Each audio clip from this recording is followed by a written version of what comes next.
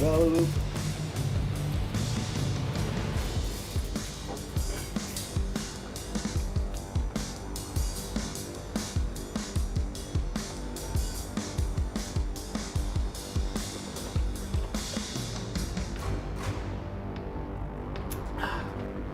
I'm trying a cooking experiment. I am infusing rice with pork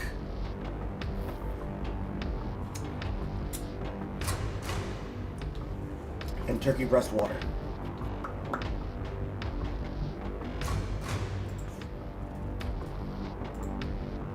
Lord knows if the experiment works out well. Realistically, even though I had it planned out to be able to use the timer to its full efficiency, I know that it's going to take at least another 15 minutes for it to be ready. And I am not in the mood to wait.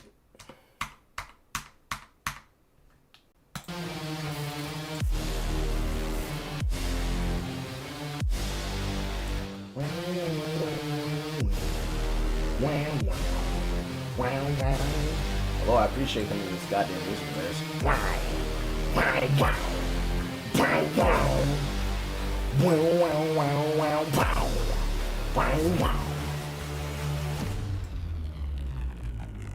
Oh, Nick. Phone program making. Well, mama, I hate, burn, hate, boo, boo. If you're gonna have a thing for somebody to read, it needs to be up there for longer than that. The following program may contain content some viewers find offensive. It may contain flashing lights that trigger seizures. For those with photosensitive epilepsy, viewer discretion is advised. Rated everyone to mature 17. Hi, Grace.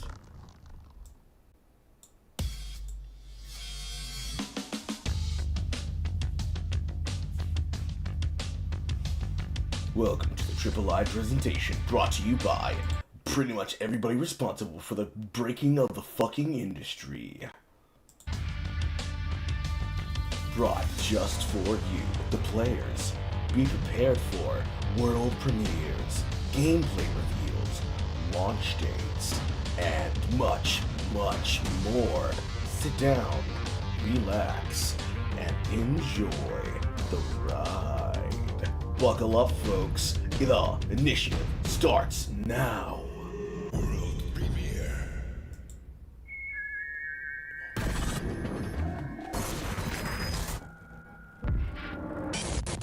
Oh boy.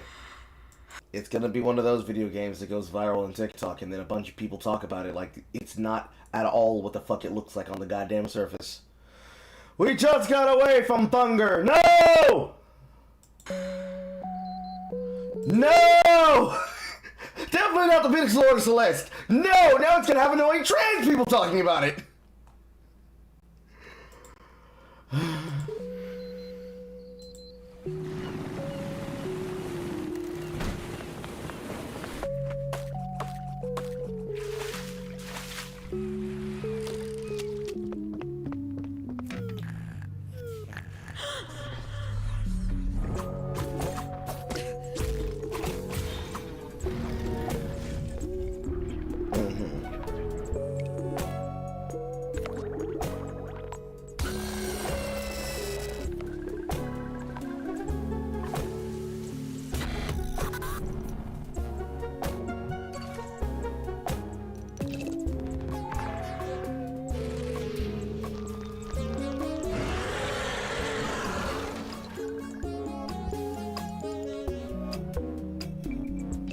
What are they aiming for here? Are they aiming for Stardew Valley with Villagers Abominations? Neverway. Wishlist now. Oh, because I have the advantage of being able to pause. What is Neverway?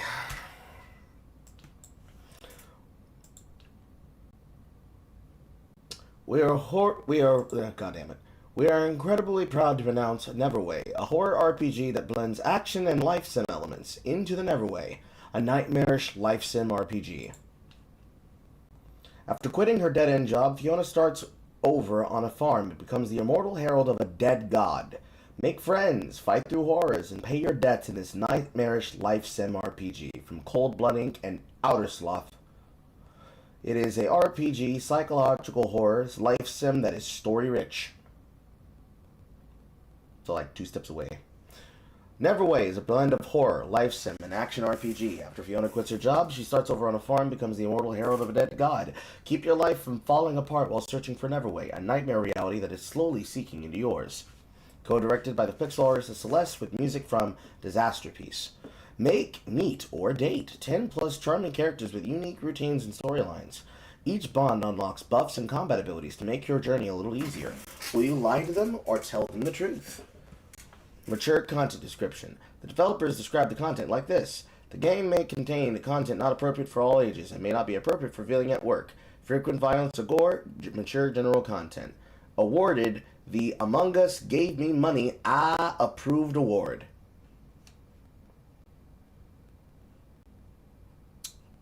From people such as Cold Blooded Inc., which are people responsible for developing and bringing to you by nothing. This is their first title. And Outer Sloth, their publisher, is responsible for Mars First Logistics, Castle 5, Castle Dynamo, One Button Bosses, Click Holding. Yep. So anything from $2.99 micro games to $11.99 one button pushers. One button pushers, roguelike riffs, difficult rhythm, soundtrack, music, funny. So, an out there developer and an out there first time publisher. Okay.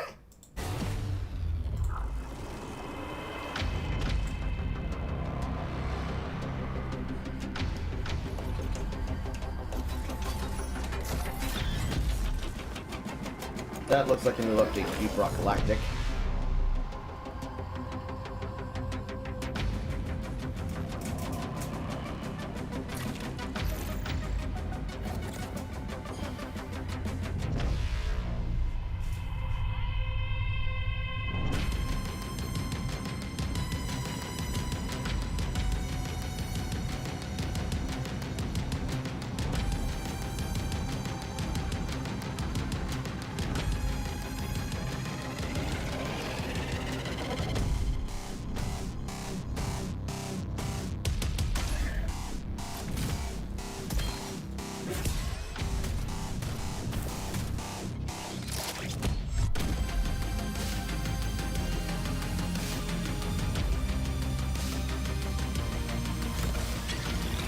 Music's good, but it really needs some kind of announcer narrating this.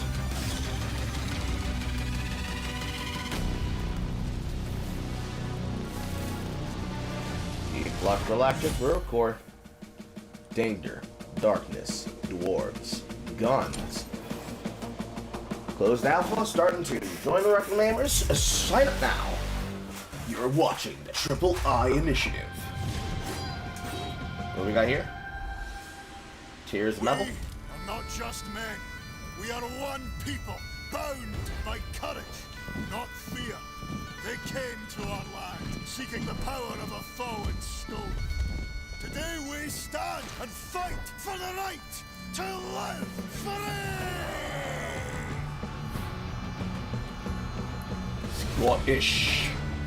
Scottish Tensei Mucho! But they unironically made it look cool. The open beta available now. Tears of Meta from April 10th to April 17th. Which means it's already started now, boys. We've got nowhere left to run. 2.5. Heresy isn't a myth. 2.5 pixels. It's real.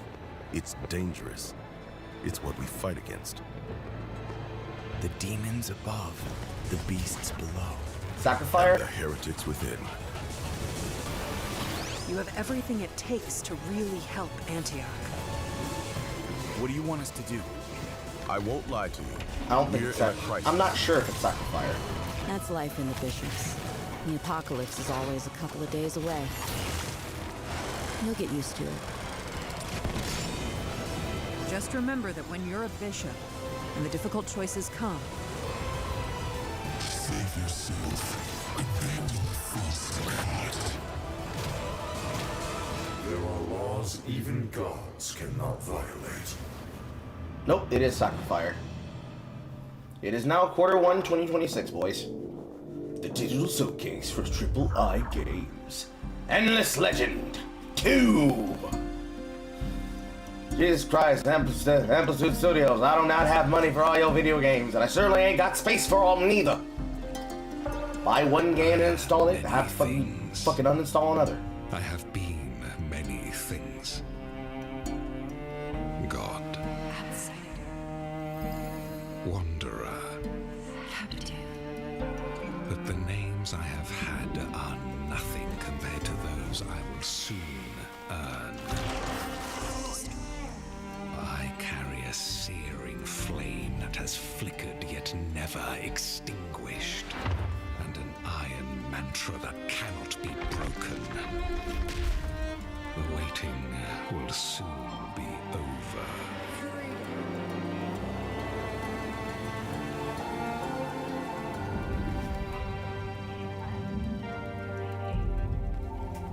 That is.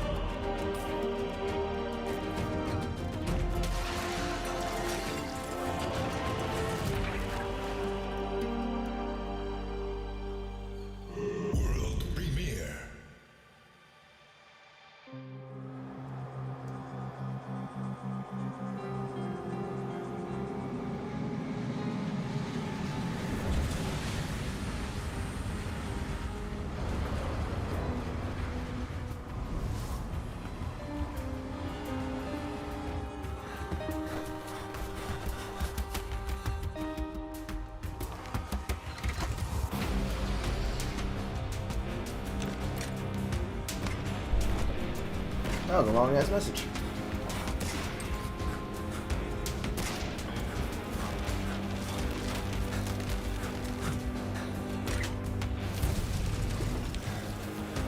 Ah, yes, another Frostpunk type game.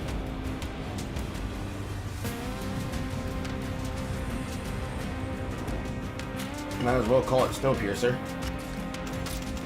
So, try not to freeze to death survival Minecraft.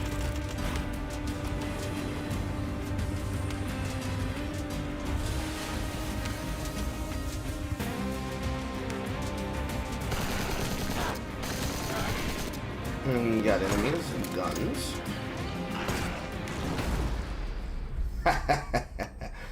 Knocked out by the big boy.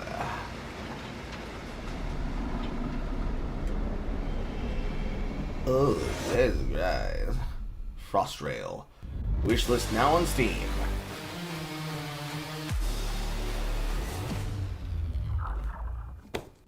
This looks like a cozy game.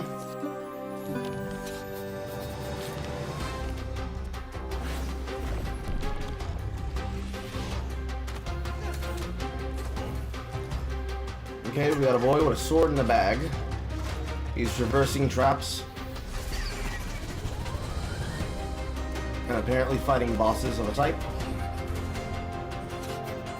Risk and reap rewards with platforming and Danmaku bullet hell tactics.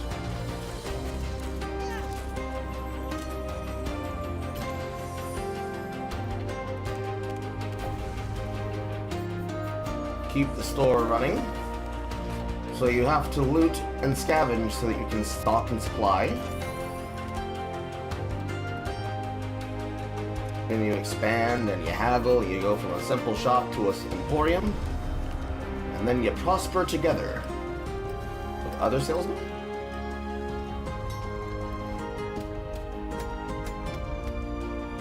and you try out multiple different types of weapons for defending yourself. And you go out and you do it again. Moonlighter 2, The Endless Vault. Okay.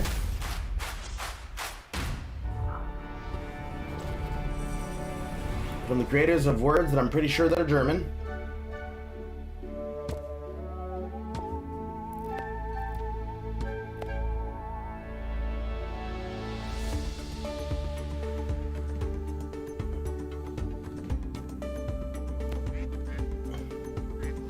Oh, I believe we saw this one on a earlier presentation, but I don't remember the name of it.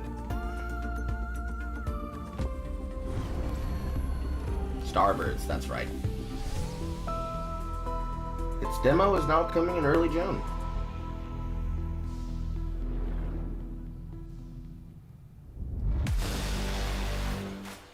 You're mildly excited for it? Okay, that's good.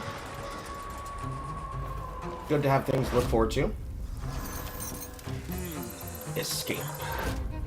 Every puzzle holds a clue.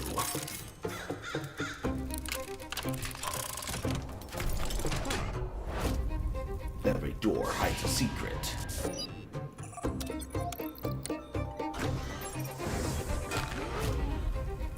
New rooms. Search. Solve. Escape. Escape Simulator 2.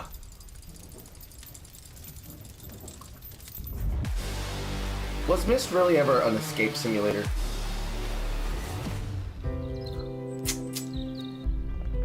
This one is the one where you cook in the back of the van, right? If my brain remembers and reminds.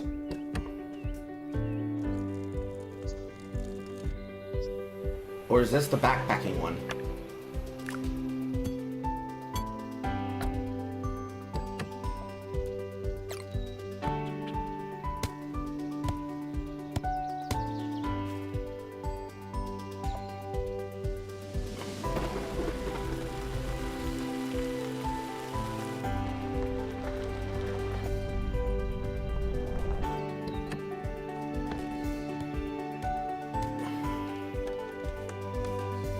And I guess that's the case, but the Blueprints is pretty much the Myst simulator of this generation.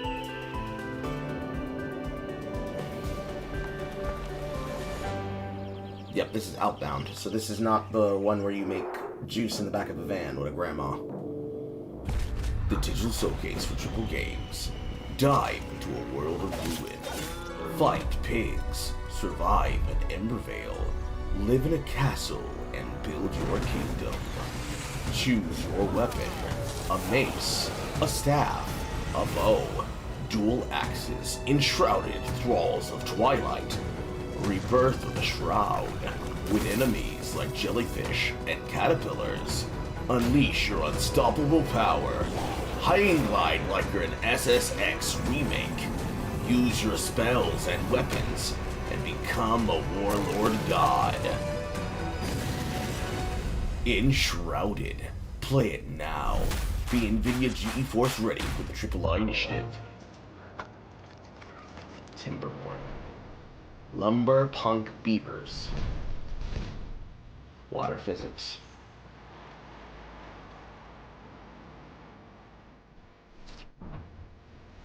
Beaver engineering.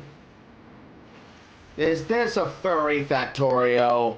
This looks like a furry Factorio. Is this what you expect from now on, a flood of wishy-washy games? I'm not sure. However, the AAA initiative is basically an initiative that sells itself on the concept of all the games, no pronouncers, no hosts, no presenters. Just the trailers of the games, back and forth and back and forth, and whatever they presented for the work is what is going to present the content. So the content stands on its own regards, without hype. That's what the AAA initiative is all about. Update 7, available May 8th, 2025. Being sold on Steam, Epic Games, GOG, and Mechanistry.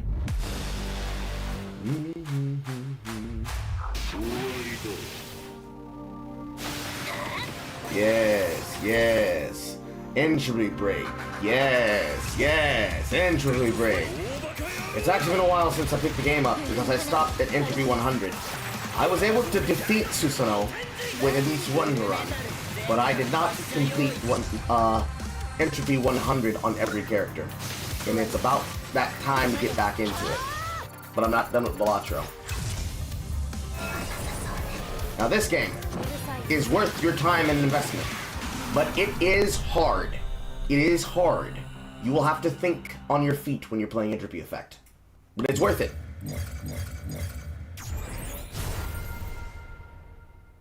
And College Co-op is coming soon. What I can tell you is that for the game, for all of the DLC that they're offering you, for characters, like Rochelle, or the snake guy, they are paid DLC.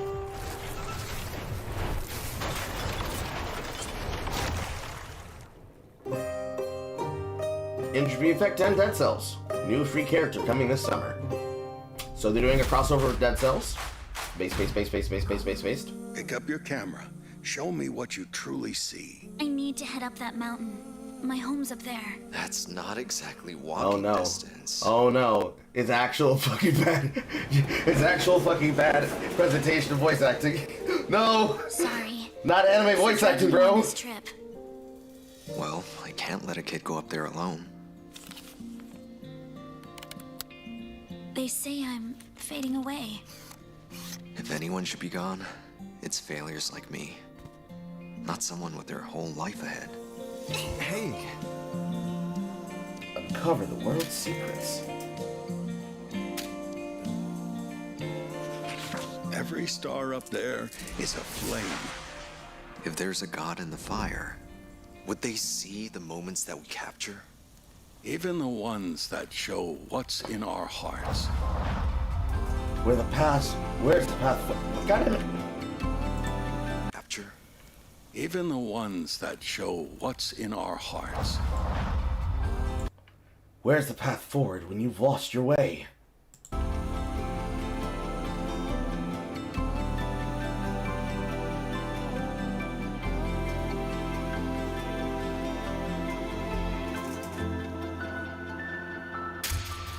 Hey kiddo, when you make it 2025 back, fall. I hope you grow So, up quarter strong. 3, 2025? Even when your best isn't enough, try to stay brave. Prism Peak. Opus If Prism there's Peak. something you want Wish list to on see, Steam. capture it so it stays.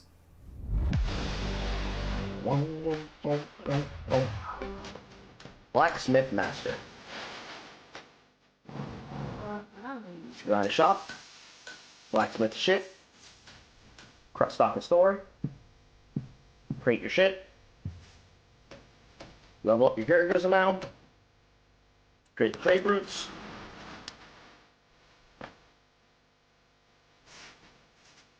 Simple production management sim. Coming quarter 2. Wish list now. You have all dreamed of peace, yet it was nothing more but an illusion. Oh no, a character that can be construed for a black woman in a That fantasy is setting. about to shatter.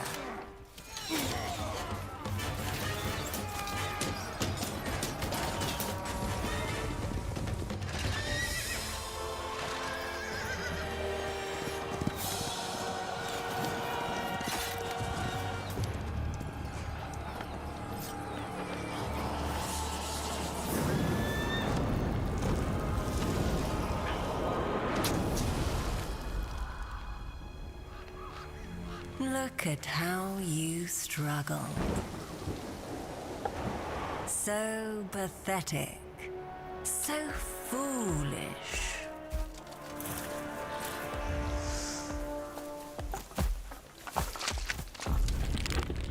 Not Nancy? even death can bring you comfort.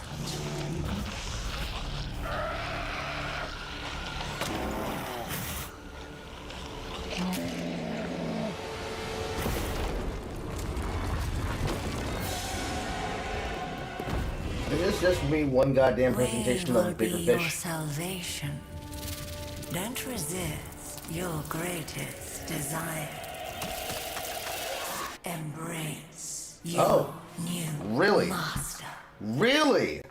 A new Heroes of Might and Magic? Are you serious? Okay then. Okay then. Steam Early Access Summer 2025. Are you actually going to do it? I doubt you motherfuckers could. You could never be the greats. You could never be the greats. I'm sorry, Might and Magic. You guys could never be the greats again. You know, you could never be 1, 2, 3, 4, and maybe for people who like it, 5. No. No. No, Ubisoft. And I see you too, Unfrozen. Eratus, Lord of the Dead says hi, but unfortunately, there is a circular symbol attached to your game. There's a circular symbol that is attached to this title, Unfrozen. It's the shit spiral. It is the shit spiral. And so, the only person that can give this shit a chance is me. And I'm not probably feeling it, because it's probably going to be $70. And it's not worth fucking 30. Ah, boy. Oh. Woo! So let's talk about it. Yes, we're talking about Ubi Semisoft, the fucking shit spiral of death, Neo J. So, Heroes of Might and Magic, 1 through 3, quintessential, can get better from the earlier generation of Windows 95, Windows 96, NT, and 2000. And XP, honestly, peak. It was solitaire for people who loved that love RTS. It was some people's jump into the medieval and fantasy franchises. And like I did promise, I'm still working on that review for Avowed. Mainly because I have not picked back up my work on Avowed. Because I'm working on a couple other things too. You cannot get better than Heroes of Might and Magic 1 through 3. Now, the transition from the old way to the new way into 3DO, that transition into Heroes of Might and Magic 4, real-time strategy. That transition into Might and Magic 4, it was a little bit rough. It was a little bit rough. But the campaign overall, okay. The Gathering Storm campaign, okay. All of the content included within it, within a complete pack, quintessentially the best. Quintessentially the best. Especially if you've never really been truly able to play it before. For some reason, I can't find my installs that belonged to Heroes of Might and Magic 3 and 4, as I had it on my laptop before I gave it to Star. But I can easily be able to get a free crack copy of 3 and 4, and then be playing against whoever the hell wants to fight me in the Hamachi all I want to my heart's content. 5 is probably the last great title of Heroes of Might and Magic. Everything afterwards, it got too bloated, it got too stupid, it got too dumb. So right now, based on that franchise, if I go and I look it up right now, Heroes of Might and Magic 3 HD Edition, with content based on the 1999 game, The Restoration of Arathia. It appears to be a reindustrialization of the original game in a 3D remake, all inclusive.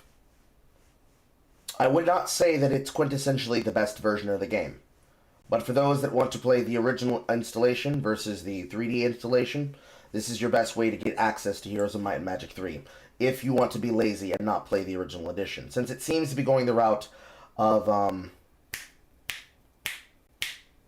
Diablo Resurrection. As for the rest of the titles, Heroes of Might and Magic 5 is available for $10, which kind of does not make sense, but it seems that all of the other editions of Magic 5 are also $10. So, right now, based on what's on Steam, if you were to be lazy and just say either Steam or nothing, Might and Magic Clash of Heroes, which it seems to be a turn-based puzzle strategy game. Irrelevant. People want Heroes of Might and Magic. Heroes of Might and Magic 5, Tribes of the East, Hammers of Fate, and the base edition of Heroes 5. $9.99, $9.99, and $9.99. 3 is not here, except for in the HD edition, which I have to assume is all of the content of the original game. Heroes 4 is not on Steam. Not at all.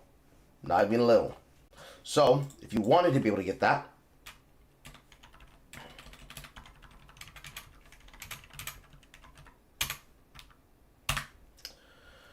more than likely, you'll have to get Heroes of Might and Magic 4 complete from GOG. And on Good Old Games, it is $10. You might as well pirate that shit. There is no reason for you to be buying this again.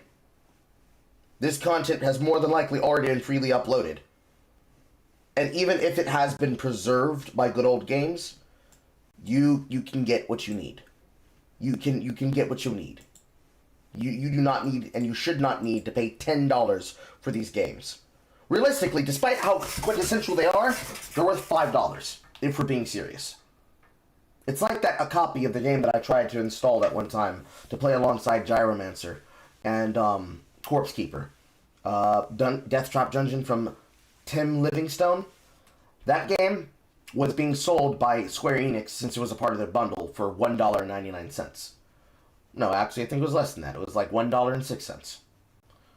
Whereas here, for Heroes, for the expansion packs, for the Gathering Storm and Winds of War, $5 total with maybe $2.50 expansions, that is more than enough. That's more than enough. Then, of course, if you want to say that you can make a complete edition of Might and Magic 5, not going off of what's being sold on the store right now, but what it says it has for its expansions. Might, Magic, Hammers of Fate, and Tribes of the East. Being that it was released originally with a sequel around October 13th, 2011 for Hero 6. Hero 6 is not here, which is interesting to me. Because I remember it was in a fucking escapable. And the fact that Heroes 7 is the last title that was released before Olden Era. And that was when it was simply in the hands of, still Ubisoft, mind you. So I'm assuming all of these were Ubisoft. Let me double check. 7 is Ubisoft. 6 is Ubisoft. 5 is Ubisoft, even. And 4 was the exact last title that was published by the 3DO company and New World Computing. You're looking at people that are going to look at the fact that Ubisoft is tied to this, and they're going to say no, inherently, just like all of us did. You have to play the originals to truly get it. You should not, by any means, apparently by Boster, the H3 edition of Heroes 3. Since apparently that seems to not work well. Like, the sheer era of the name recognition that you're pulling on when you say Heroes of Might and Magic and you're telling people you're going to give them back that RTS standard, which is effectively the closest a person can get to a form of solitaire, better than Balatro, but not as boring as Minesweeper. That's like asking for people to bring back the spirit that used to make StarCraft and Warcraft real. And unfortunately, there is no game that can scratch that itch. Only Restoration of Ratha. Well, see, that settles it. Do not buy the HD edition, boys. Get the completes.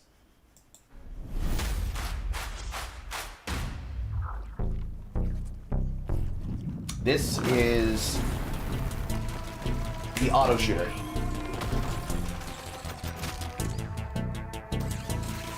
I played it recently. I know that they've added some new guns, but it looks like they've renovated a lot of shit and added a lot more new content.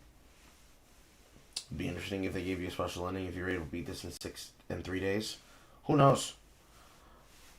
But it's multi-platform. Splitting yourself into different personalities and micromanaging them as a way to upkeep a base so that you can try to survive a situation. I wonder how the game loop works. Do you carry over your actions into another life path, or do you jettison that information off into some other place? I wonder. Could be interesting. And it's within Q3.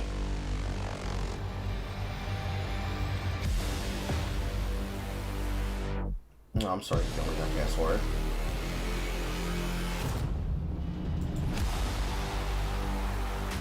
They have another one of these presentation things. My voice is going to be destroyed after this. Halfway there, you're still watching the 167th showcase of the year, and it's only April.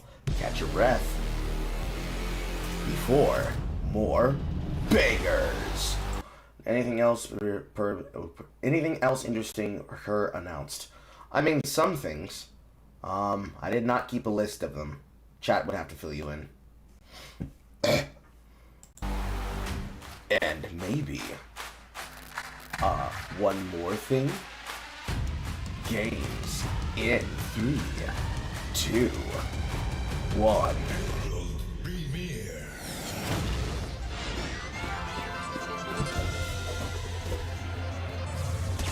Superhero video game? Speedrunners? Yep, speedrunners.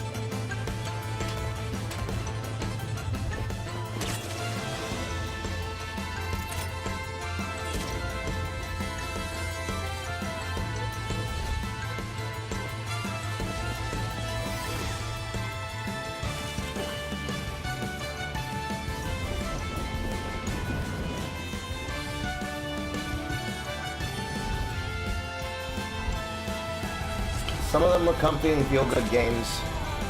Some were, like, survival-based, such as Frostbrail.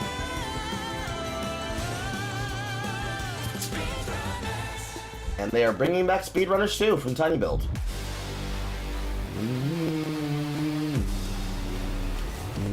Oh, ooh. Go back on that one, sir.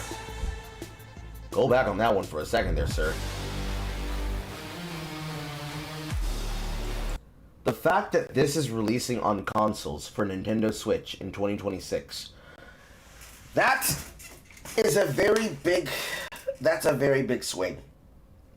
Okay, right now, from what we've seen with the Nintendo Switch console, the majority of it is a single-player affair with multiple NSO titles that are meant to get you to be playing with your friends on day open.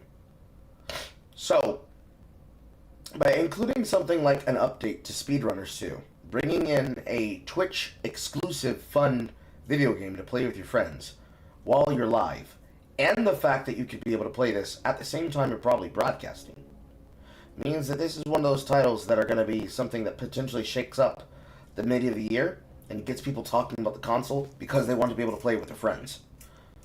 Same thing with PS5 and the Nintendo Series SX, and of course, 2025 on Steam. The fact that it's going to be a full year wait for consoles means that all of those people playing on PC might end up playing this again to play on the road with their friends. The Street Pass era of video games might make a return if you can bring out some more titles like that to play with people on the go. But this is for like people who are together on like a bus trip, or flying on a plane, or traveling cross country, fucking 6 to a vehicle on long nights, or sleepovers at hotels or houses. It's not enough to bridge the tide. Not even to make a fucking dent. But for some people that would like to play things like Jackbox party games, it's up there.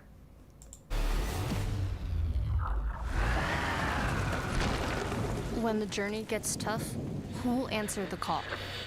There was a time when adventure called to something deeper in us.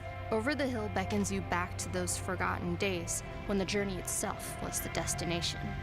Find your grip as tires fight for precious traction on wild and untamed paths, where the earth welcomes you with its embrace, leaving its mark on metal and memory alike. In a world that's forgotten how to wander, Find friends who share the same memories and the same desire to relive these moments of beautiful struggle, once commonplace, now precious and rare. Crest each summit to glimpse vistas untouched by the hurried world below. Frame these moments like Polaroids from a simpler time. Take care of your machine like it's more than just metal and rubber, because out here, they have a soul. I think this is the first time I've seen a video game that can be described as a cozy climber. Then again, isn't Cairn also a similar climbing type game, at least in the form of the human peripheral? When a friend struggles, we don't leave them behind. We pause, we lend a winch, and we get through it together. So yeah, it's a cozy climber with friends.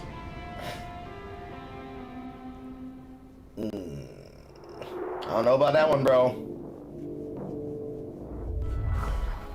Super Fantasy Kingdom!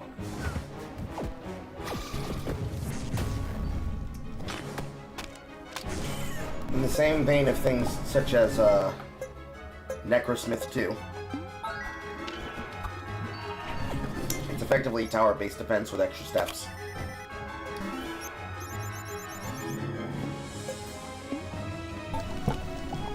I wouldn't say that a fantasy tower builder is a cozy game. It's more like an autism simulator with extra incremental steps. It starts out simple, then it gets complex the more you play it, and the further you get in a run. Quarter 3, 2025. Not bad. In a universe more than 10 years in the making, a universe of strange and alien worlds, and some that feel a little more familiar. Something big is about to happen. Oh, you said that during the climber. A living universe where you decide. What I see on the end is the lane! Also, more importantly, why is the chat not showing up on the screen? From mining, trading, and warfare. Lot of tricks, do your job. An empire that stands the test of time. And in a galaxy where power shifts, alliances matter. This summer, in X4 Foundations, the biggest single-player full-universe simulation for PC is about to evolve. Diplomacy will finally be an option. Over the years, more and more players have embraced X4, not just as a first-person space sim, but as a deep, strategic, empire-building experience. We are very excited to today announce the X4 Diplomacy update for later this year. For the first time in the X series history, you will be able to negotiate, forge alliances, broker truce, and shape the fate of the universe. Not just through war, but through diplomacy. Will you see? These games feel like they're designed for people who have giant rigs that are dependent on things for Elite Dangerous. I could not care less about it, and I'm pretty sure it would kill my fucking graphics card if I were to play it. No, it would kill my fucking remaining space of storage. Peace, or power, or total dominance. The choice is finally yours.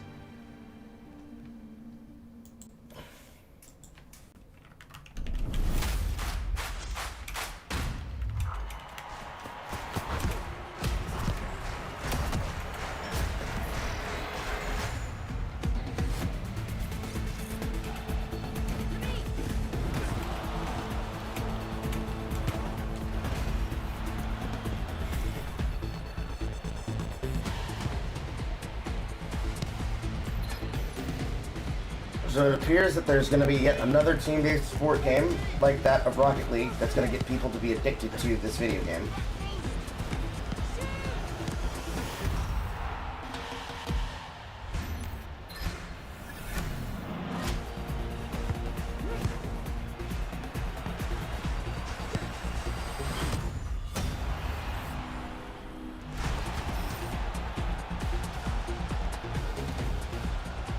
June 19th.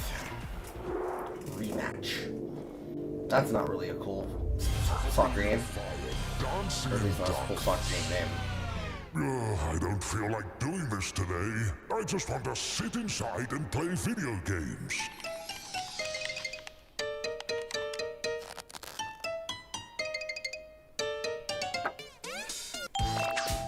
Oop. There is a lot of hints there in that background. Video games. that just a bunch of Saga Frontier shit? Saga, Romancing Saga. Yep. This must be a Saga Remaster announcement.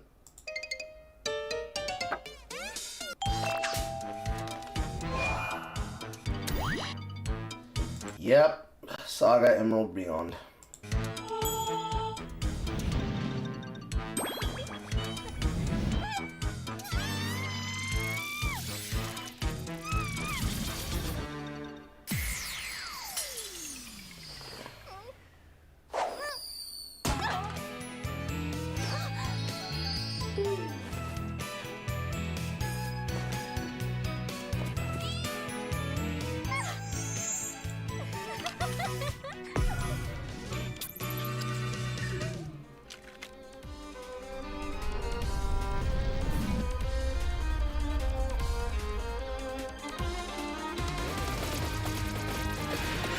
Oh boy. it's a Vampire Survivor expansion. It's Vampire Survivors.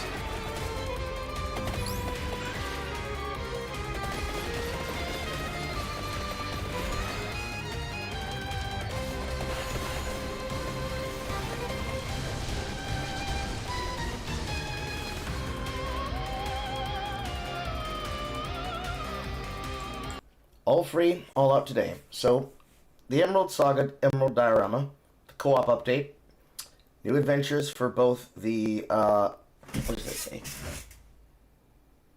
Fusiri DLC and the base game. All free, all out today. World premiere.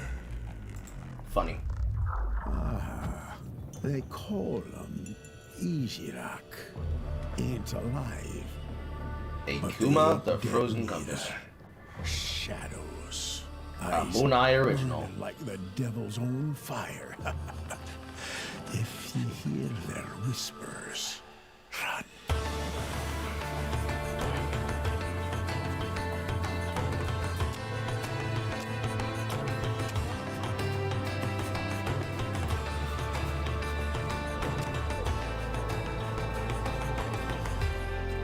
Seems like a walking sim. They lurk in the dark, wander too deep, and you're theirs. Shh. Quiet now. They're close.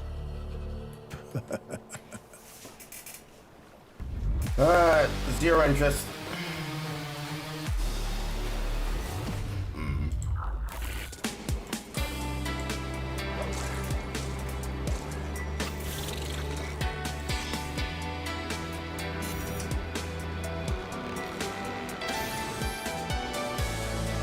Autism Simulator. Autism Simulator. Extremely large Autism Simulator. Shapes 2 Dimension Update. Coming July 2nd. Lord have mercy.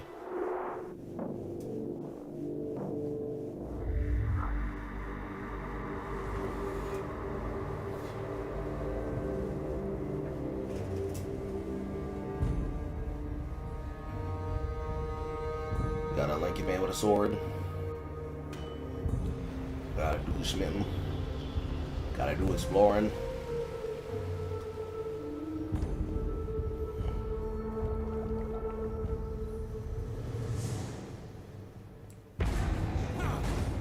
Combat.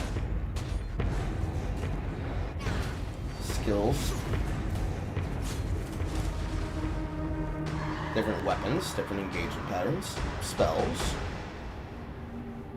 Ah, the Rising. Yes. Installment. Oakvale. Invaders of Oakvale. April 28th. So that looks like new weapons, new armor, new updates, which I'm pretty sure they put a post out about. 2D bit the game. What we got here? Group survival, group craft.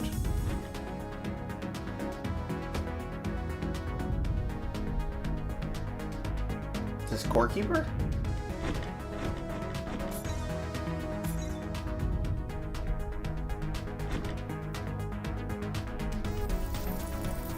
Rework of economy.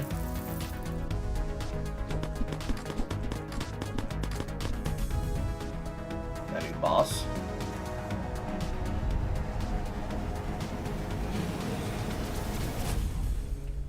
Nope. Assess. The Forgotten Depths update. Update is live now. 0.1 coming 2025. Yeah. My star. Going back sounds tempting, doesn't it? But if we're always looking back, we'll miss everything the present has for us.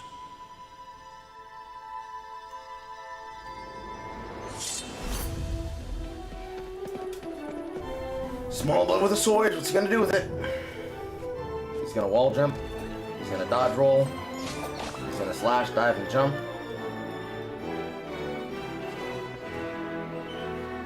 He's gonna get touched on the tip.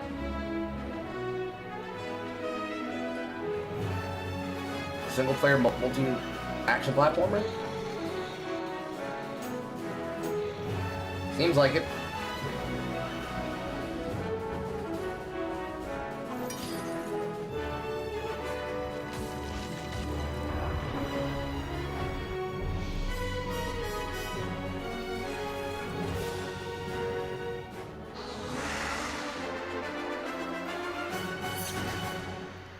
Dusk Fade. A game about a kid trying to fight time? That didn't really tell me much.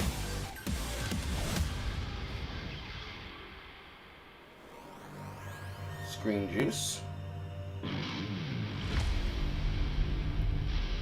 Gotta do with a sword.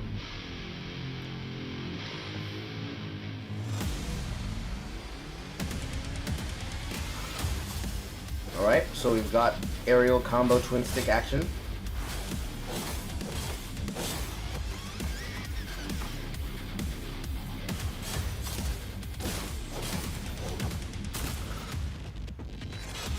You can mix up and vary your combos.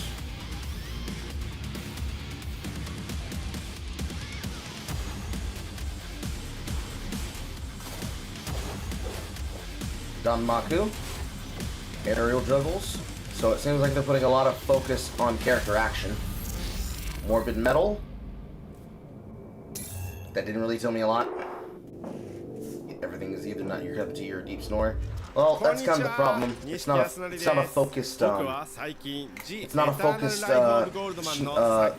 presentation. So they're pretty much putting multiple games across the way. 作曲家なのにどうして音楽がないのか。それがまさに問題なんです。まだ何も作ってないんですよ。このゲームはとても複雑なテーマを扱っていて、多くのアイデアが混ざり合っています。正直少し迷子になってます。Have no fear, Yasunori. I was in your shoes not long ago, but then I remembered. In the abyss of chaos, you can always grab onto the strongest thing there is. Love! The events leading to the eternal life of Goldman are a tragic love story. I believe I said this is the game that was pretty much DuckTales the game. And wherever there's love, there's death. This game mixes ancient tales and legends with religious motifs. A bold ensemble that gives us a glimpse into the darkest corners of the human soul. Imagine the sound of a sinner's knees trembling before the Last Judgment. That's all well and good, kids. But let's not forget, the eternal life of Goldman. How many fucking composers do you have working on this game for this announcement? Also, that's a very cheap way to get around not having an announcer and a presenter for your game. Is first and foremost a cutthroat video game. And what's music supposed to do in a cutthroat video game?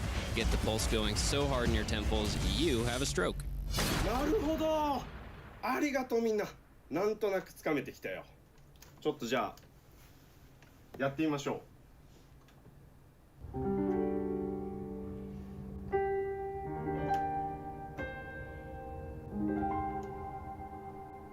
んな雰囲気とかどうでしょう。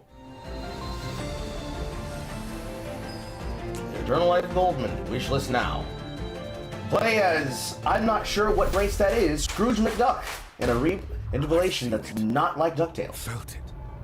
This fierce anger. Pre-alpha gameplay? What is this? And I didn't protect her. If she's alive, we've got a chance. Hey, I'll find her.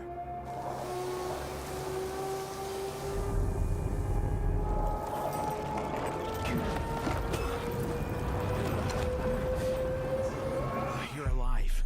You're there. So, Volcanic Fireman Simulator? What the hell is this? Volcanic Fireman Simulator with extra enemies.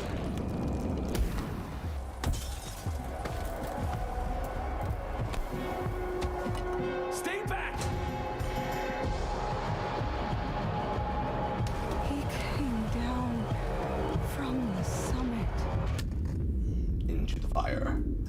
Extended gameplay on Steam. Okay. Still not a lot of context there, but didn't necessarily stroke my ego.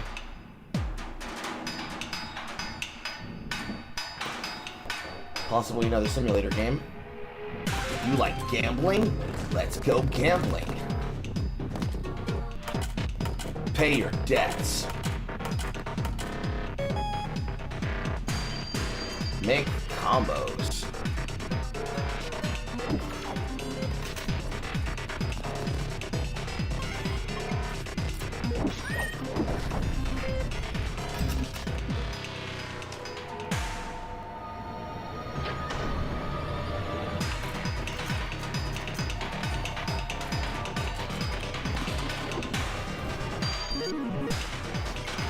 This one seems like a right up my alley. Clover Pit. Coming soon, wishlist now. Didn't hear my answering machine. Let's go gambling. Demo out now. I'm gonna look into that one.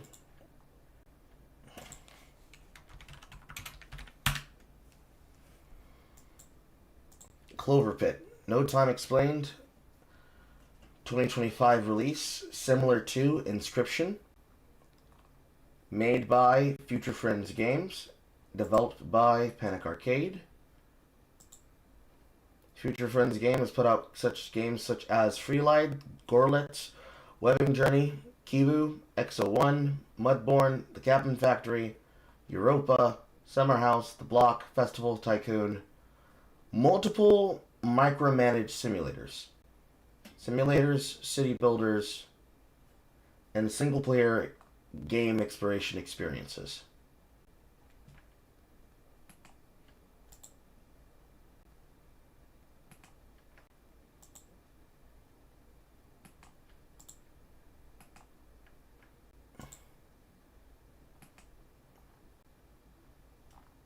Apparently, multiple things that have been made by them, or are being made by them, but it appears to be that they are mainly what could be described as autism simulator. But most of these titles can vary anywhere from micro games to full-fledged games.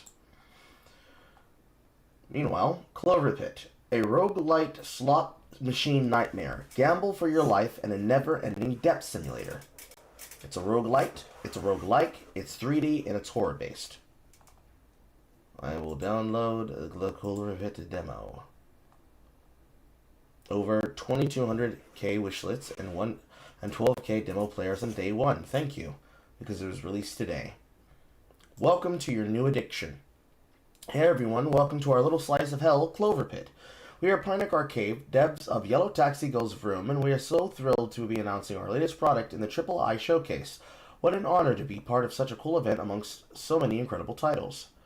To celebrate this announcement, we have launched our first demo. You can play the game and get those numbers spinning right now. Before you dive in, here's what to expect from the full game. Manipulate the slot machine to earn a gazillion coins, question mark, exclamation point, trigger big combos, and break the game with over 150 unlockable items and synergies. A hellish escape room atmosphere with multiple endings. You must pay off your debt at the end of each run, or fall to ruin. literally. Endless mode allows you to push your scores to new heights, and it's a sinister tale of addiction and escape. Finally, you may be wondering, is this gambling? Abso-fruitly not. Cloverpick is a roguelike horror game, and not a slot machine simulator. Our slot machine is designed to be broken and ultimately overcome, and we will never ask you for real money. We will, though, as we would really love for you to buy our game when it launches later this year. That's enough from us. Go play our demo right now and discover it all for yourself. We hope to see you on the other side. Pendercart Gang. So, they're aiming for the replayability of Balatro, but they're also aiming for the horror aspect that could be expected of a conscription. So they're trying to get as close as they can to being like Daniel Mullins' games and Devolver Digital. Honestly, that's respectful.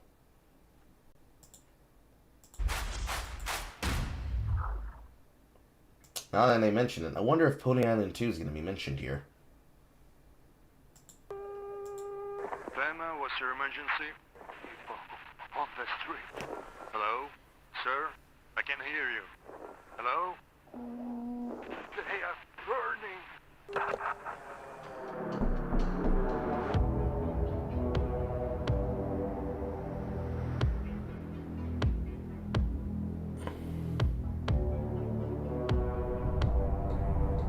Unmask the visitors before it's too late.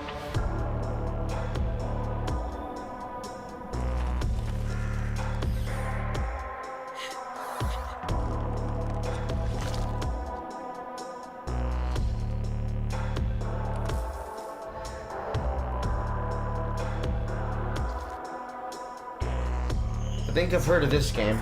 I don't remember what its name is, though.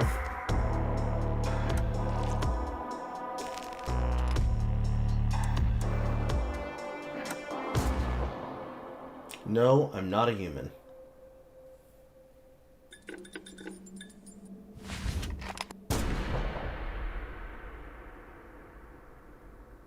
Coming to Xbox, PlayStation, and Steam.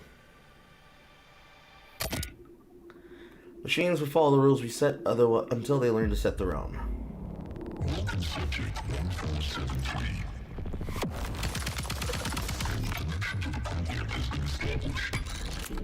Okay, we've got gameplay and we've got guns.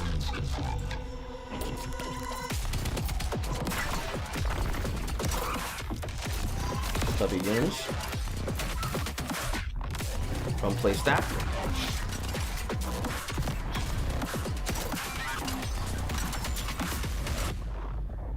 Is this a boomer shooter?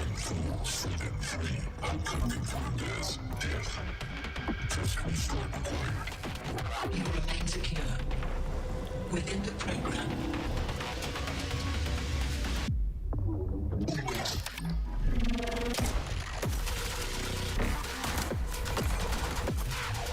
It seems like a mix between a boomer shooter and a manipulatable roguelike.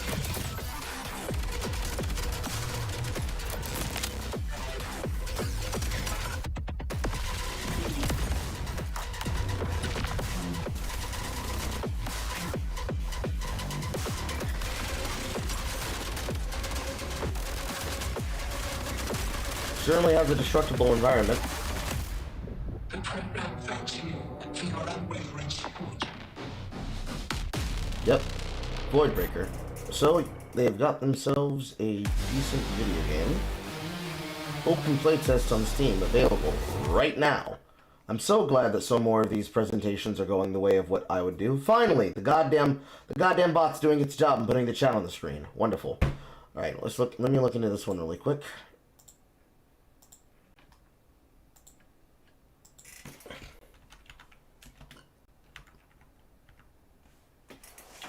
Void/Breaker.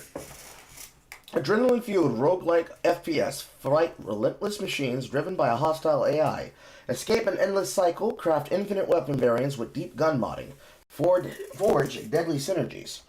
Carve your way through the environ destruction. Break the system. Break the sequence. Break free. From Stubby Games and PlayStack. Coming soon to early access. What the developers have to say. Working closely with the community is essential to how I want Voidbreaker to evolve. Your feedback on gameplay, features, and balance directly shape improvements and guide future content. With your help, we can ensure Voidbreaker remains fast-paced and engaging. Request access to the Voidbreaker playtest and you'll get notified when they're ready for more participants. It seems to be an instantaneous acceptance into the playtest.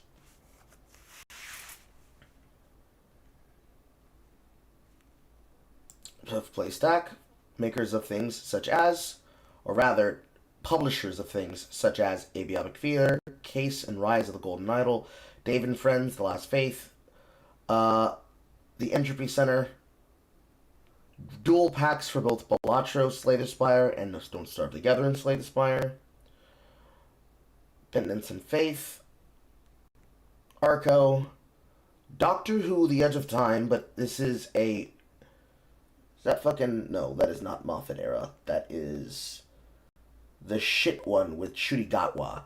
A VR-only Shurigatwa Doctor Who video game. And multiple bundles about multiple different concepts such as... What is this? Such as Mortal Shell and The Last Faith. But more specifically, your favorite and yours known truly, Balatro. So the same people who published Balatro are the same ones that are going to be publishing this game that is also going to be a roguelike element. So they're aiming for something closer to an endless gameplay design like that of Doom, but they're doing it in a way where you're given a repeatable cycle complete and similar to that of, what is that game called? Wizard of Legend? So you play at your pace and you play it your way.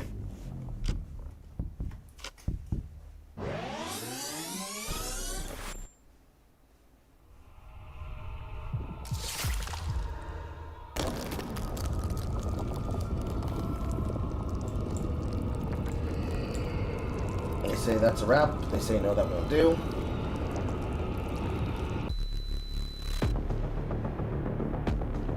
Akisoft presents. What is this? Katana Zero.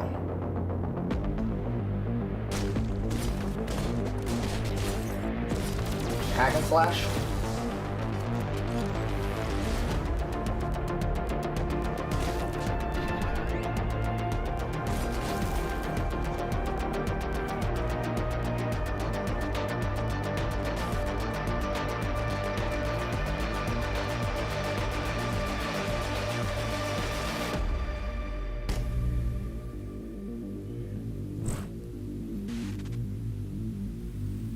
Made by somebody who uses an account on Twitter and Blue Sky. Katana Zero DLC, still coming and still free.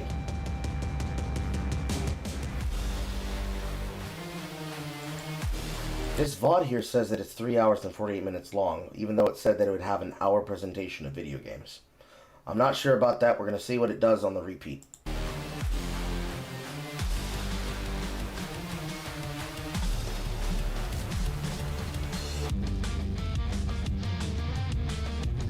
So they're just doing a recap of all the games that were premiered.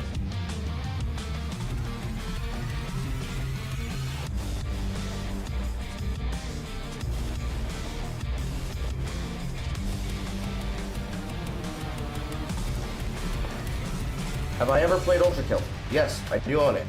I just never finished it.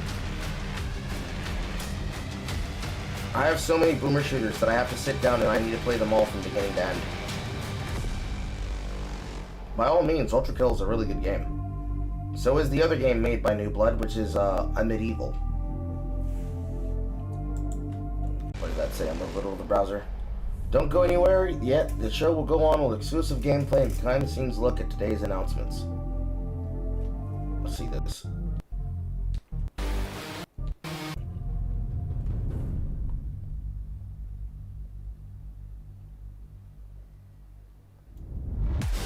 Now let's take a closer look at some of the games from our showcase.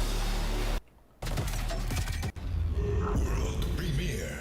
So they're about to show off Voidbreaker.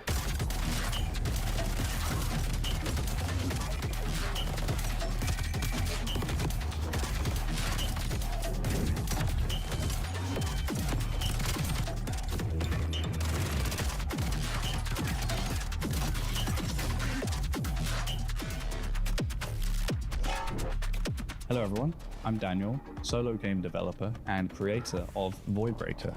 Interesting. Another solo dev from PlayStack. You might know me from my previous work on the Entropy Center, but today I'm going to introduce my latest project, a high-intensity FPS roguelite that's all about destruction, momentum, and insane weapon modification systems. You remain secure within the program.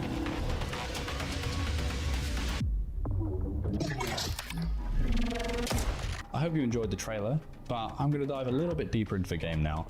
There is an open playtest on Steam right now if you want to give it a try.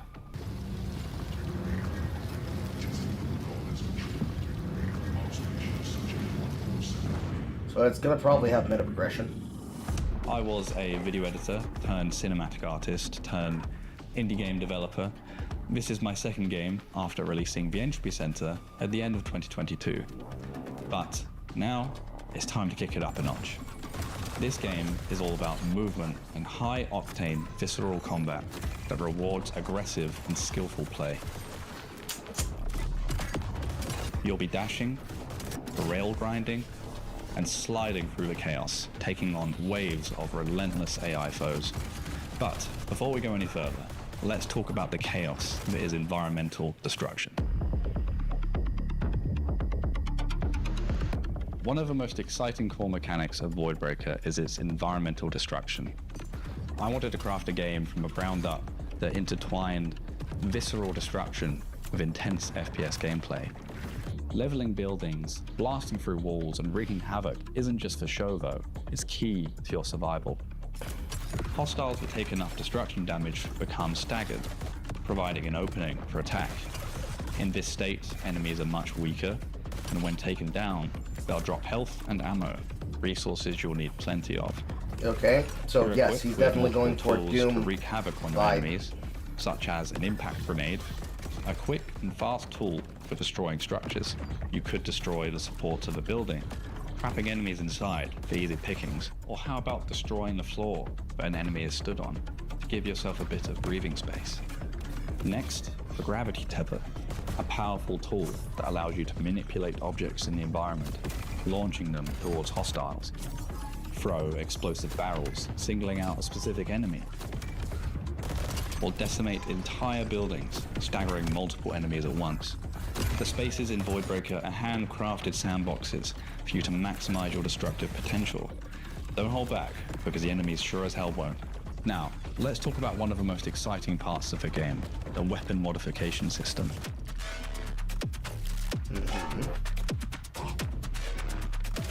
Modules are core to your arsenal, allowing you to create mechanically complex and diverse weapon combinations. Throughout the world, you will find a variety of modules which enhance your weaponry in many different ways. The system allows you to attach any variety of modules to your weapon to receive different and sometimes strange results. Projectile modules will physically alter the projectile you fire, as well as changing the look and feel of your weapon. Projectile modules use varying degrees of ammo, so you'll want to make sure you're collecting plenty from enemies. For example, Fire Shot will alter your weapon so that it produces fire, giving a chance to burn enemies. Blast Wave Charge can turn your shotgun into a multi-grenade launcher. Spark Breaker will fizzle into an array of sparks, taking damage over time. Next, you might come across Wall Ricochet, a type of weapon module that makes projectiles bounce off walls. And then how about you find a fully automatic module, which adds a fully automatic fire mode to your weapon. Finally, you find a homing modifier that makes projectiles gravitate towards nearby enemies. Suddenly, in just 4 modules, you've gone from a base pistol to a makeshift flamethrower. Let's try another. How about we start with the base shotgun? We find Impact Spread, a module that greatly increases hipfire damage, but also greatly decreases accuracy. Then we add Ice Wave Charge, a type of projectile module, making our shotgun shoot ice grenades. Then what if we found a Charged Shot module, a type of fire mode mod that requires you to hold the trigger down? And then let's say we found Voltaic Arc, which adds arcs of electricity between projectiles. Now, we've got a strange shotgun that deals more damage the longer you hold the trigger, all whilst shooting ice grenades attached with webs of electricity. If it sounds crazy, it's because it is. Whether you are shooting fire-enhanced missiles, electric shockwave rounds, or ice orbs that freeze enemies in midair, the possibilities and combinations are endless, and I can't wait to see what people come up with. Eventually, your inventory space will begin to dwindle, so you'll have to use clever and strategic placement of invoker modules to open up more slots for your disposal. Okay. Repeaters are a special type of utility module that add additional repetitions to nominated slots. Remember that makeshift flamethrower from earlier? Well, Fire Shot will have a higher chance to burn enemies the more executions it has. Adding additional repeats to Wall Ricochet will increase the amount of times it can ricochet off a surface. So now, with a strategically placed setup, our makeshift flamethrower has become even more powerful. Each new weapon brings its own distinct playstyle and a unique inventory slot pattern, forcing you to adapt and experiment. A setup that works for one weapon might fall apart for another, so it's up to you to experiment and become a master of the module system. Okay.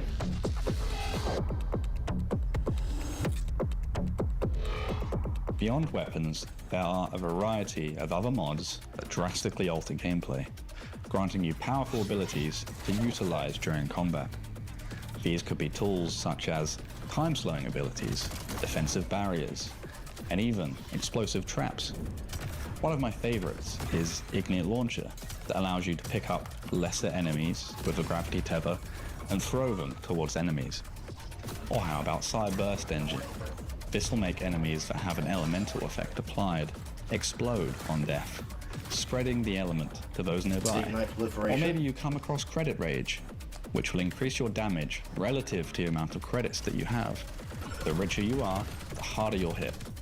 And again, all of these can be stacked in interesting and unique ways. Let's also not forget corrupted modules, an extremely rare module type that is glitched and corrupted by the program. I'll defer to you to find those and experiment for yourselves. So it's not just a boomer shooter with extra survival elements with a roguelike system. It's Binding of Isaac. It's third person, first person shooter, Binding of Isaac. I approve.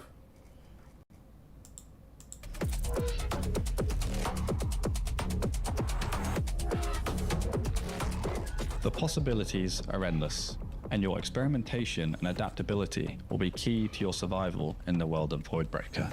The simulation will continue to break you down and throw new enemies and anomalies that stand in your way. Tougher elementally infused enemies will directly counter some builds, so strategic and preemptive planning and adaptability will be key to your survival. You are able to hot switch between projectiles mid-combat, so whether you go all in on a certain build direction at risk of potentially being countered later in a run, or hoard a wide variety of modules giving you flexibility for any circumstance. The choice is totally up to you and your challenge to overcome. Now narrative. Voidbreaker takes place in a corrupt simulation. Players will take on the role of a prisoner captured by Idris, a malevolent AI being, who's hell-bent on keeping you trapped within his perpetual testing algorithm. As you progress, you'll uncover more about this world, piecing together the mystery of its origins, and perhaps even a possible chance of escape. I looked towards the pitfalls of current AI technology, the way artificial intelligence generates images that feel uncanny and almost unnatural. That philosophy has been a key part of Voidbreaker's visual identity, creating a world that feels like it's generated by a rogue AI that's desperately trying to mimic reality, but leaving behind those little imperfections, a horizon of uncanny liminal spaces ready to be explored. And destroyed. lurking within, the unsettling creations of Idris, relentless, eerie beings with only one directive: to break you down.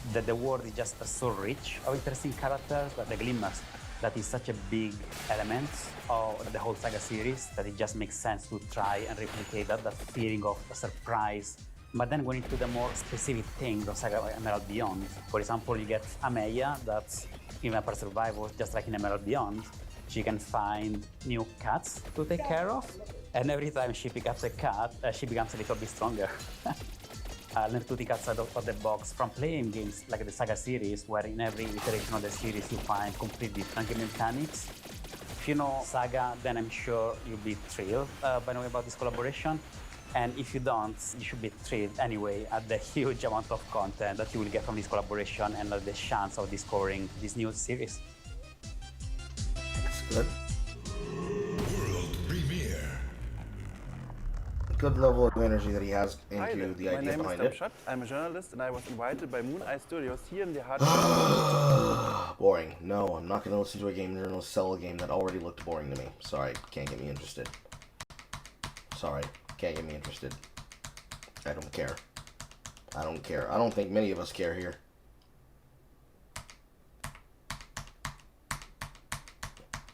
So, Akuma's definitely a game that's being looked at by game journals as a comfy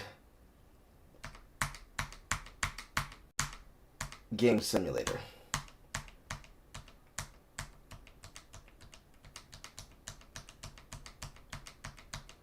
Lord have mercy, how long do they have this fucking segment for? And while we're at it, none of you seem like you should be around small brown children. Let's just keep that clear. Especially you, Mr. No Neck. Wonderful. Alright, Rogue Core!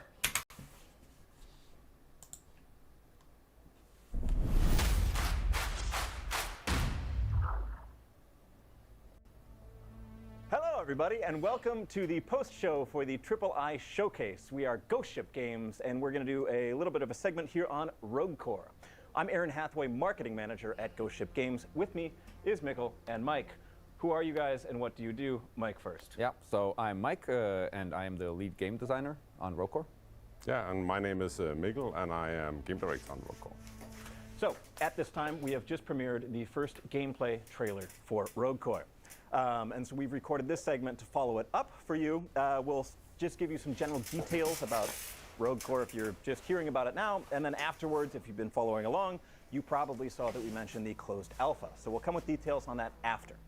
But first of all, for somebody who's maybe just tuning in and they're just hearing about Rogue Core, and they don't know what it is, what is it? So maybe I should start? Go for it. So the setting of Rogue Core is that the mining corporation, Deep Rock Galactic, they have discovered this super precious mineral called Expanite at the core of planet Hoxus. And they have established mining facilities down there. And then in an event called the Grey Out, they have lost all contact with the mining facilities. And then they have called in an elite unit of dwarves, special elite unit, called the Reclaimers. And the Reclaimers are sort of like called for when the Deep Rock Galactic has problems that they need fixing for. And so you play as one of the Reclaimers, and you are sent into Hoxus to reclaim mining facilities that has been lost. Gotcha. And what kind of a game is it? Genre-wise, is it action? Is it role play? Is it romance? What are we doing?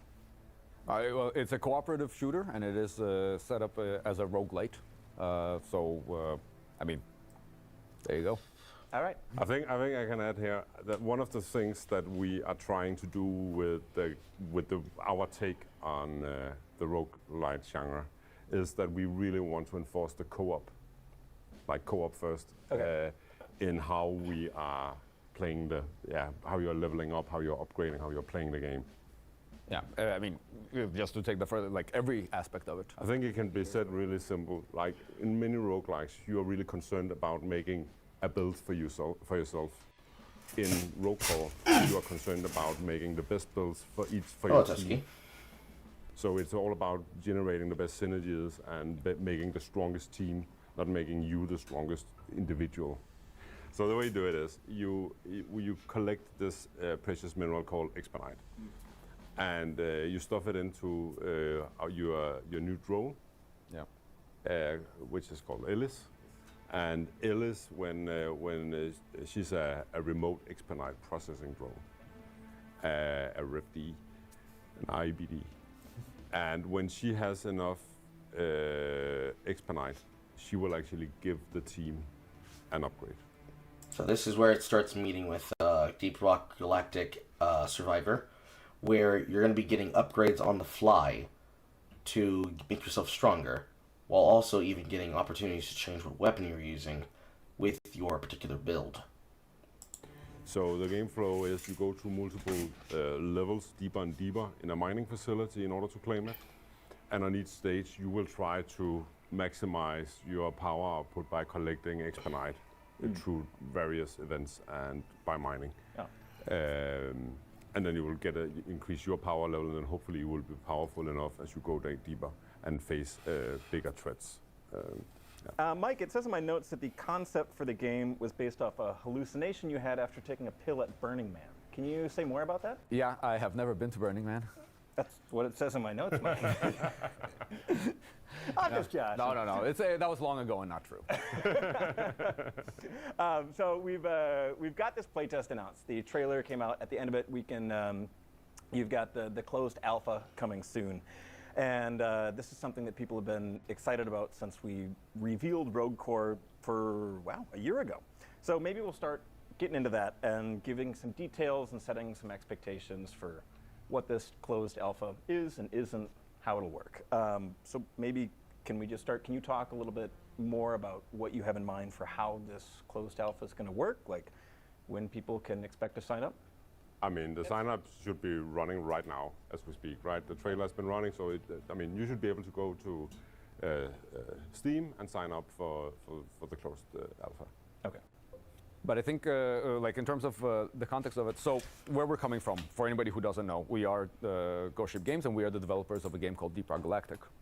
And the process of developing this game has been very special for us, and I think also for a lot of members of our community, where we are doing this, what we've been calling open development, or whatever titles you want to put on it. But the point is that we are developing the game together with the community. There's a lot of this back and forth iterations where all the way from the beginning, players had access to earlier rough versions of the game.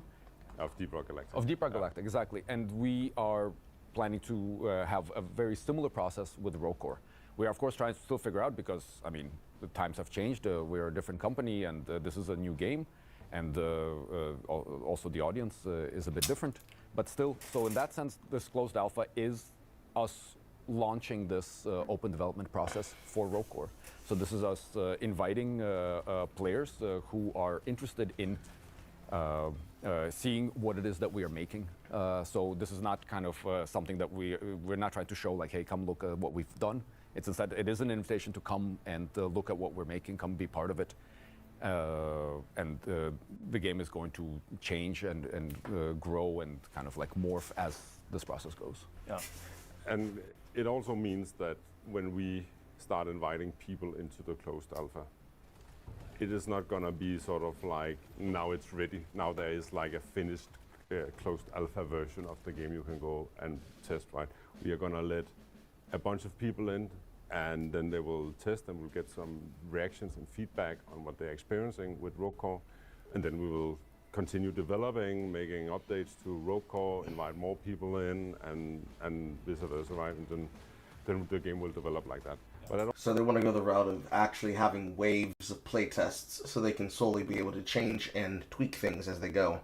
They're not going to release a closed alpha version that then has no updates and no changes over time, which is better for smaller updates that then flesh out serious problems that need to be addressed sooner rather than later.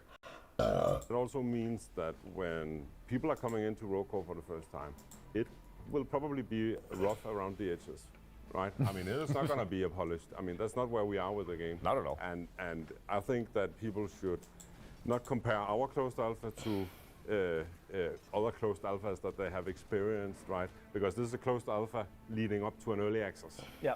Right. So that's just to set the stage of how early we feel we are in the process of developing Rogue Core. Yeah. So this isn't like a this is 90% done. We just got finishing touches. This is like we're working on it. We're figuring this out. Come and test it. If this is broken or weird, let us know. Yeah, 100%. What was it about? I mean, Mike, you mentioned earlier with Deep Rock and starting an early access there. What did you get out of that made you want to do this game with Rogue Core? I think, and the thing, just to clarify, the thing I'm talking about is not even early access, it's before early access, right? And Rogue Core, like Deep Rock Galactic, is going to be going into early access first before going to 1.0. Going to go through the process. But even before that, it's kind of this thing that, we have an idea, we have a vision for what a game can be. And then as we are making it and our process is very iterative, right? It is instead also inviting players into that process. So it's not just ourselves playing our game and kind of making it as it is, but it is also us seeing how people play the stuff that we're working on in its very rough states, because that is also where we are the most empowered to make changes, the most empowered to actually improve designs and really kind of like craft the game in a way that kind of matches not only our vision, but also matches as well as possible the way players end up playing it. Yeah. So they're looking at this in the same way that Grandier Games is making alterations and changes inside of early access with Path of Exile 2, the same way that they want to here inside of Rogue Core. So they're not just playing based on what they believe the highest brain philosophical follow-through of what is quintessentially the game is meant to be, but they're also going to be looking at the things that players are going to do collectively as a whole. Because right now, on the Steam store, as I signed myself up for the playtest, it is being compared alongside Repo. And it's also being compared alongside The Binding of Isaac. So, it wants you to experiment and try things out and play things differently and test it in your way, at your leisure, in your time.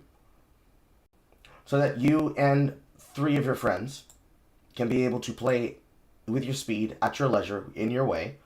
And if you find a build, or you find a playstyle that befits your team, or befits you, if you can jump into teams randomly, which I hope they have the ability to do that, or do we need to have a game where it's possible to jump into multiplayer, where players being able to play from the start, and actually having the ability to carry? That'd be so nice. It'd be so nice. Raven's Watch, depending on the difficulty, is not quite there, and it's not quite the similar way. Certainly hasn't been since its release and launch, but hopefully that's become improved over time. But the same way that you could expect to jump in on Repo or Content Warning and titles like that, you're looking for a similar feedback loop and similar gameplay, the same way you could with Phasmophobia. So they want you to be able to play with your friends. They want you to play in different styles. And based on how people choose to play, they will alter things as they go. Making them better or making them worse. Changing if they are bad now and making them better later. And visibly seeing whether or not something you think is giga stonk broken should remain that way. Or if they'll just simply cave to your demands and change it because this just plays like more fun chaos. It's good design philosophy. What about, in the timeline of Rogue Core's development, why do the closed alpha now? Why not earlier? Why not later? So, I'm a strong believer that we need to do this before we're comfortable doing it. So I don't know if that makes sense, but it really, it is like if we were comfortably opening up and let people in, that would be too late. We would not honestly be saying that we wanted feedback that we could actually utilize in the game development of Rogue Core, right? So that is basically what he's saying is he doesn't want to get people playing the playtest in a way where when they then look at the open beta version of a playtest that they are comfortable with what they're doing. Where when a person gives a harsh critique about something, they're unwilling to be flexible with how they're going to change it. So they're letting the doors open early so they can wade into the pool of opinions that players will give them on feedback and test whether or not it's actually healthy for the game design that they're looking for, which is also a good philosophy. If they do it too early, then if they have no true core fundamental vision for what it is they're developing, then you have too many cooks in the kitchen. If they do it now, they have the ability of developing what they know is the baseline of what they want. But the true potential is in the chaos that the players will add alongside the opinions. Certainly the players are not going to have the final say, but it'll be a lot easier for them to think, well, we're at a point where the chaos of this doesn't have a fully formulated understanding of its background. So here's where we're going to bump from. And after jumping on that, they use that as this jumping off point for everything else they're going off of. Then, if they had done it too late, they'd have a much more solidified view of what they want to do. So if a person says, this build design you made sucks, it should be different, they're going to be more likely to say no than they are likely to say maybe or yes. Sounds like science philosophy to me. That's why we're doing it now. We're doing it when we still feel that it is risky and we don't have all the answers and the game is still under development, because we honestly want the feedback from the community. We honestly want to have a journey together with our audience in developing Rogue. So yeah. Mike, earlier you mentioned that this closed alpha sort of marks us going into open development with Rogue Core. Can you talk a little bit more about what that's going to entail, what people can expect when you, I mean, if you're not super tuned into game development or whatever, when you say open development, what does that mean? What more, or what are we doing differently? What's coming out of Ghost Ship then? Sure. So I think, and I don't know how other companies approach this, so I don't want to speak for the industry as a whole, but for us, what this means is that we start, we have a build of the game. We work on it, and I mean, this is our process already now, right? Where we work for a few weeks, we create a build of the game that has maybe some new features that we want to try out, or something we want to get in, and new enemies, stuff like that. We do it, and then we play it ourselves here internally at Ghost Ship Games. We talk about then what we experienced, what we like, and then we make plans based on that. Again, kind of like Mikkel was saying, we do not have this like super planned out roadmap thing going on. It's instead like key points that we're trying to hit as we go along. And then with the open development, the main thing that is changing here is how many people get to try out the things that we are working on. So the process wouldn't completely change. The idea here would be that we work on the game, we have a build, then that build goes out to the people that have access to the closed alpha at that time, right? And then they get to play, we get to see how they talk, we get to play with them. For example, for us, very interesting are the conversations that people have, not just with us, but also with each other about the game, right? Because that's also where we can glean because it's not just about getting requests from players and then trying to make a task list based on that. Yeah. It is instead to kind of see how people are playing our game, and from that try to figure out what it is that we need to make that game even better. And so therefore, we would go through this process, and based on that, it would influence what we are going to be working on next. Then again, we're going to work some more. At some point, we're again going to be in a state where we are ready to have players play the game, and again, we're going to see, okay, now we've made all these things, give it a try. Yeah. Let's see how that works. We're not going to let in everyone when we start having the closed alpha run.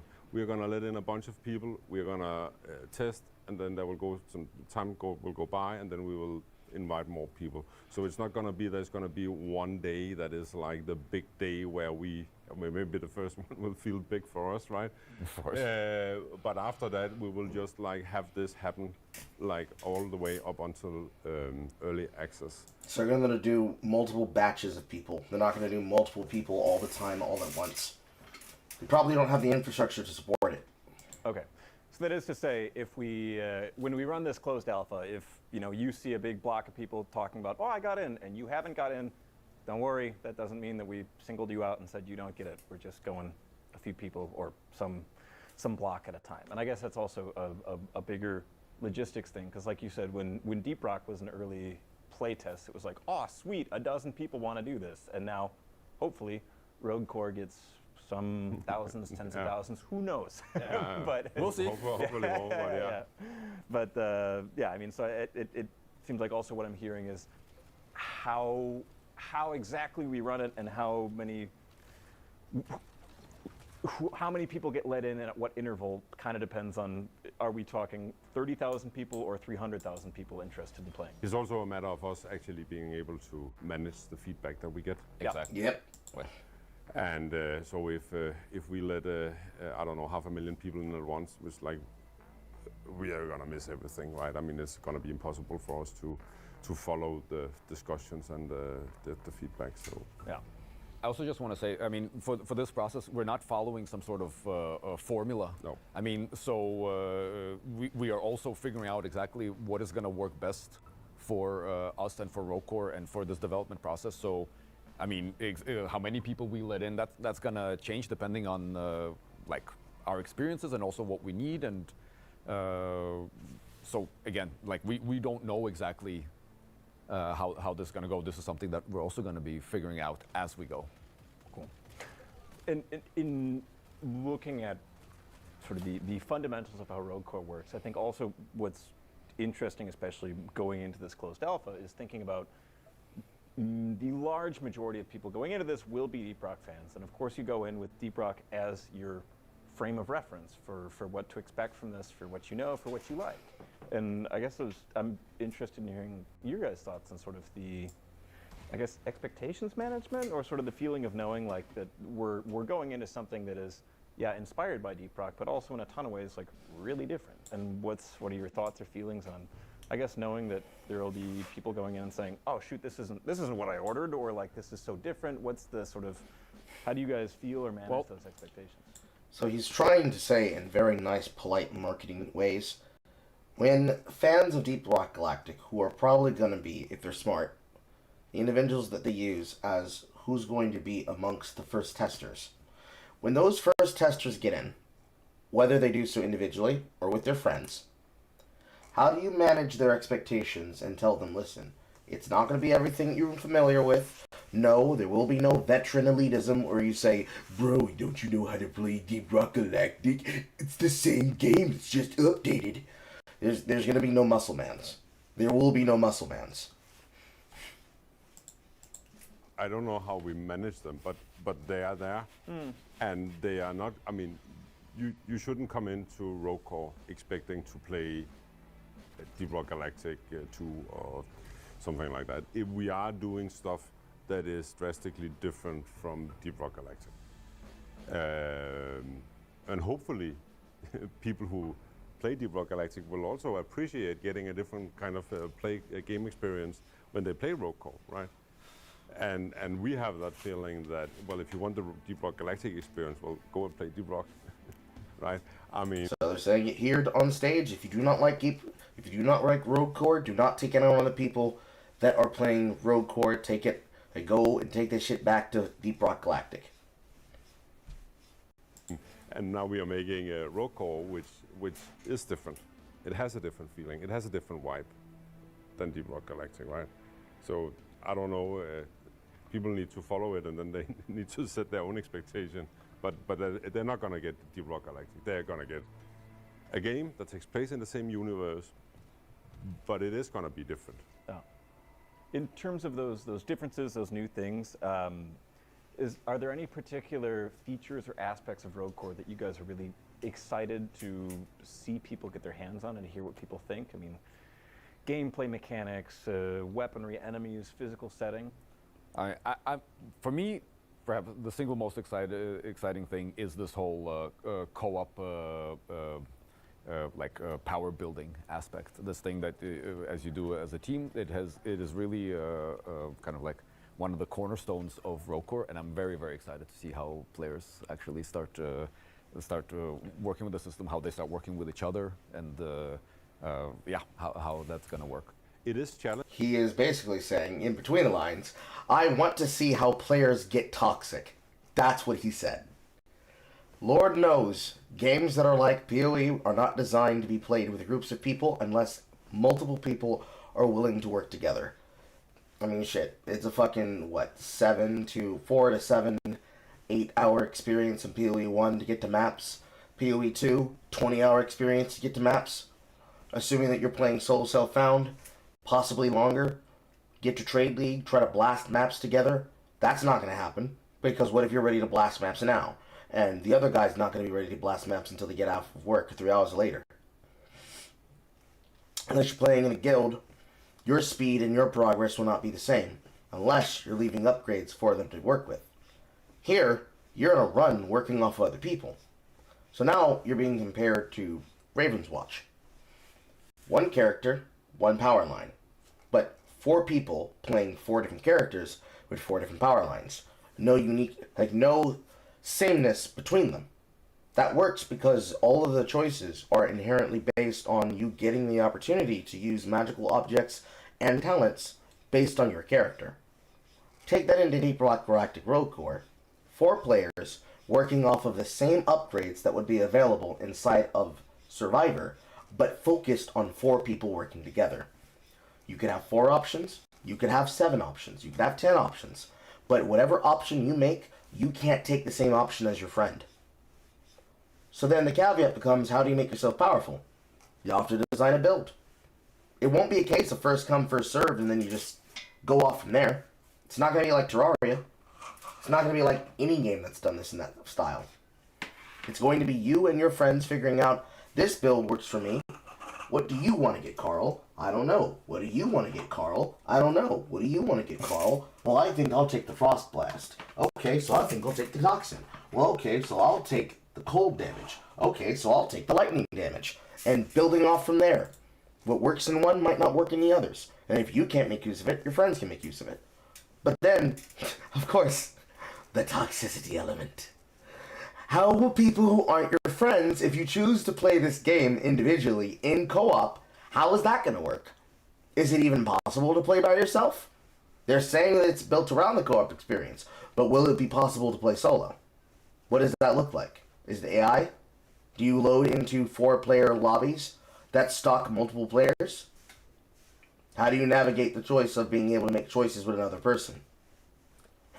It's probably the most interesting part here.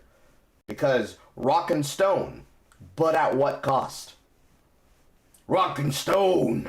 But I said I wanted the lightning blaster. No, fuck you, I said I wanted the lightning. You can take the fire. But I don't want the fire, I want the lightning. And so on, and so on, and so on. Challenging, and it is going to be challenging for players, right? Because suddenly you are not just sitting there and minding your own business, and you need to be happy if your teammate gets the good upgrade. Yeah, I think like one of the kind of things that will help with this, and that I think that we need to work towards, is to kind of foster this mentality in the players that the goal is the completion of the mission, and not making yourself as powerful as you can or getting what you want. But it is instead like, what do we need to do to complete the mission, right? That is the goal, and that is something that then the players can kind of like have as a shared goal. Yeah. So then it's better to compare this to Helldivers 2, but you're a dwarf, and your choice of build is actually dictated when you land planetside. We should probably wrap it up, but before we go, if there's anything people take away from this, what should folks know? If you're just hearing about Rogue Core, or if you've been excited for it for a while and you want to get involved with this close alpha, where do you go? What do you do? What should you know? So go to the Steam page, or go to Steam and search for Rogue Core or stuff like that. There you can sign up for the closed alpha. There you can follow the game to get our beautiful newsletter written by Aaron Hathaway himself. Oh, Mike. And there you can also, of course, wishlist the game as well. You can go to our Discord. It is the same Discord as Deeper Galactic. The 2 games share a Discord because we expect them to share a community and all that stuff. That is a very important note there. There's no separate Discord. It's the same community, meaning it's the same players. If they want this experiment to work, this is probably going to be the first time an experiment like this has been done in 5 years, and it not being a moratorium after a game has been launched, and then they talk about all of the features that they didn't work on and how we're successful. The real test to see if this works is whether or not the community is able to adopt that concept. So, your strongest and most headfast personalities and content creators and influencers and newcomers that foster a community environment are going to be the ones that set the pace. If they don't set the pace, it won't work. Rollcore, like a part of the Discord. You can also, if you're into Reddit, there is a subreddit. You've involved subreddit, my friend. That might throw a monkey wrench in your plans. It is a separate one. It is called Rollcore. Yeah. I think that will get you pretty much everything you need. I don't think. You can send us physical mail as well. Our address is on our website. You utter fools. Aaron reads it, and then I do read them. he Sometimes makes us read it. We might send you a postcard. I just want to say as a final note, maybe, that, I mean, obviously Rollcore will still have Rock and Stone. Yes. So, yes, the Reclaimers are still honoring Rock and Stone. So, that's great to hear. Yeah, just if we were wondering. Well, that'll do it for this time, and just want to say on behalf of all of us at Ghost Ship Games, thank you so much for watching. I hope you've had a lovely Triple I showcase experience, and we'll see you soon on the internet talking to you about computer games. Bye. Bye, everyone. Wonderful. So, there's still another hour and 48 minutes left in the presentation, but I'm going to stop it there. If there's anybody who's interested in looking into what is here inside of the Triple I Initiative, I encourage you to watch the full broadcast, which has been linked inside of the Discord, and I will repeat the link here right now in the chat room. Go and watch the rest of the after show at your own leisure. If you see something that you're into, tell me about it inside the Discord. It might even be something that we'll be able to work on in the future for community group gaming. I've earmarked a couple of games here. By all means, have fun at your own leisure. I'm going to go check on my race experiment. And I will see you all tomorrow.